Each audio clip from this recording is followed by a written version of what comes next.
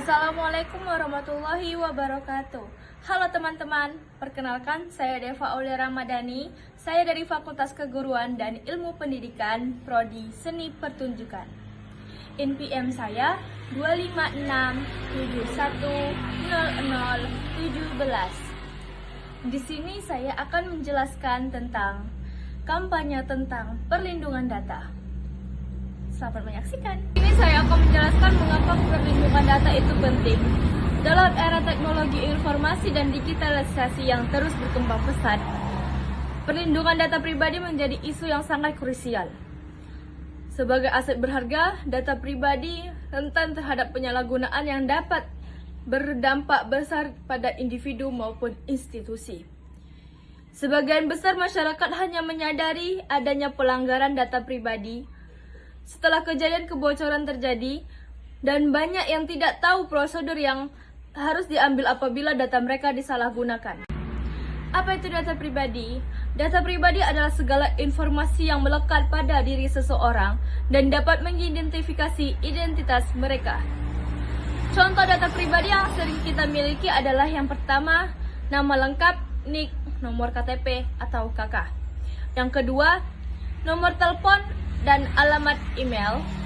Yang ketiga, data lokasi, sidik jari, dan wajah. Yang keempat, data kesehatan, keuangan, dan rekam medis. Yang kelima, akun media sosial dan riwayat aktivitas digital. Undang-Undang PDP mengatur segala sesuatu mulai dari bagaimana data dikumpulkan, diproses, disimpan, hingga dihapus. Undang-Undang PDP juga memberikan hak kepada individu untuk meminta akses, koreksi, dan bahkan penghapusan data pribadi mereka jika dirasa perlu. Adapun landasan hukum Undang-Undang Perlindungan Data Nomor 27 Tahun 2022, pada 17 Oktober 2022, Indonesia resmi mengesahkan Undang-Undang Nomor 27 Tahun 2022 tentang Perlindungan Data Pribadi atau UU PDP, yang kemudian resmi berlaku penuh mulai 17 Oktober 2024. Sebelum undang-undang ini lahir, Indonesia tidak memiliki regulasi khusus yang mengatur perlindungan data pribadi secara komprehensif. Prinsip dasar Undang-Undang Perlindungan Data Pribadi. Yang pertama, keterbukaan.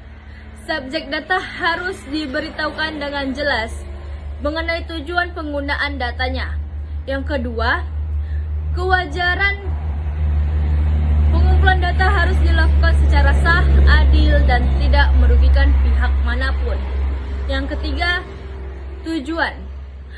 Data hanya boleh digunakan sesuai tujuan yang telah diinformasikan kepada pemilik data. Yang keempat, akurasi.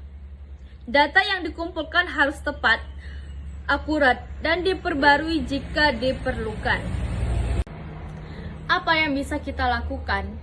Lindungi datamu dengan 5 langkah utama. Yang pertama, baca kebijakan privasi sebelum mendaftar aplikasi atau layanan apapun. Yang kedua, gunakan password yang kuat dan berbeda di setiap akun yang kamu miliki. Yang ketiga, aktifkan verifikasi 2 langkah atau 2FA di semua platform penting. Yang keempat, jangan bagikan data sensitif sembarangan seperti NIK, foto KTP, dan kode OTP. Yang kelima, laporkan kebocoran data ke Kemenkominfo jika kamu mengalami atau mengetahui pelanggaran. Kesimpulannya, Undang-Undang Perlindungan Data hanya dapat berjalan efektif jika didukung oleh pemahaman dan partisipasi aktif masyarakat. Perlu dilakukan kampanye literasi digital yang masif dan berkelanjutan, terutama melalui pendidikan formal dan informal. Pemerintah, sektor swasta, serta institusi pendidikan dapat bekerja sama memberikan pelatihan dan penyuluhan yang mudah dipahami. Sosialisasi Undang-Undang Perlindungan Data Pribadi menekankan pentingnya membangun budaya digital yang menghormati privasi dan mengutamakan keamanan data. Pemerintah berkomitmen untuk terus mendukung penerapan Undang-Undang Perlindungan Data Pribadi dengan memberikan edukasi serta mendorong berbagai sektor untuk mematuhi regulasi yang berlaku. Sekian penjelasan yang dapat saya sampaikan. Saya akhiri. Wassalamualaikum warahmatullahi wabarakatuh.